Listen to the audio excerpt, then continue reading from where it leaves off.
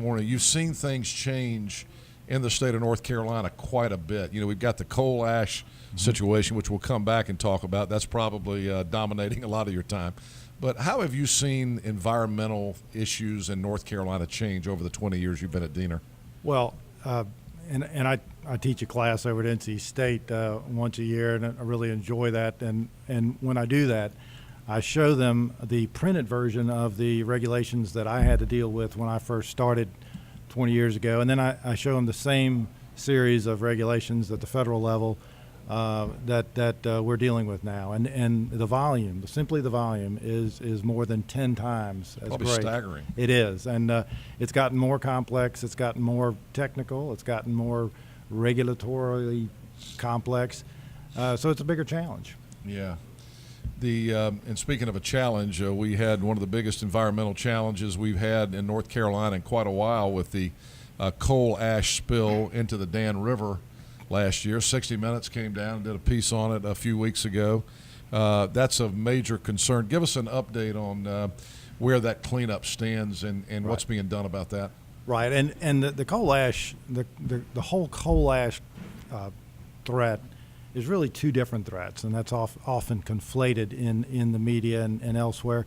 There's an ongoing threat to groundwater, and this has been known for decades.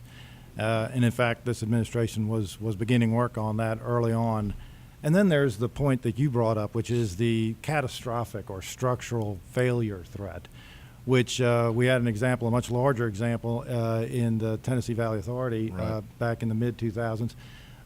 Though both of those threats have been sort of pushed down or kicked down the road by previous administrations, this administration is really the vanguard in America in dealing with this. So it's been exciting. It's been somewhat frustrating sometimes that this administration has seemingly been blamed as if not causing the problem, is somehow lethargic in responding.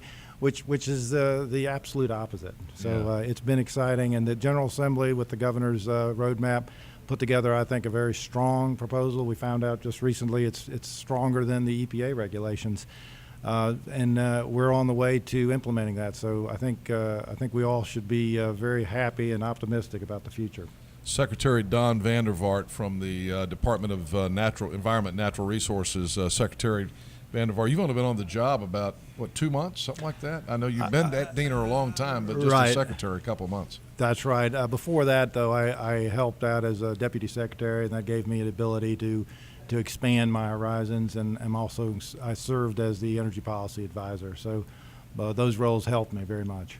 Do you think this session of the General Assembly, there's been so much media about the coal ash issue and regulation and Duke's role in that. Do you see this General Assembly taking this up and trying to do something stronger coming up in the next few months? I think you will see some tweaks to the existing legislation, because as we go forward, we're finding certain practicalities that need to be addressed. But on the whole, as I said, it still appears to be very protective, more protective than the Environmental Protection Agency, the federal regulations. So on the whole, we're pretty pleased. So you're comfortable that North Carolina has the right amount of regulation when it comes to coal ash and things like that? Absolutely. Of course, the devil's in the detail. We got to implement it correctly. Yeah. But as far as if you look around America, we're the leader right now. Yeah. So. Speaking of natural resources, we got one of our sponsors sitting here, Ray McKeithen, and the folks at Potash.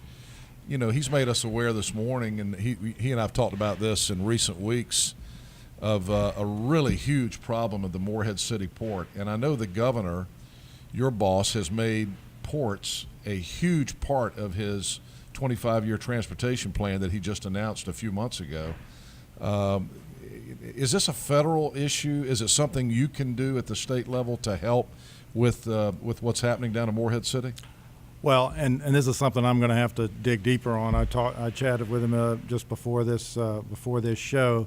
It is a DOT question, but Diener's got to be there as a service organization to make sure that it's done correctly and in a way that keeps that protects the environment. But it's certainly a high priority.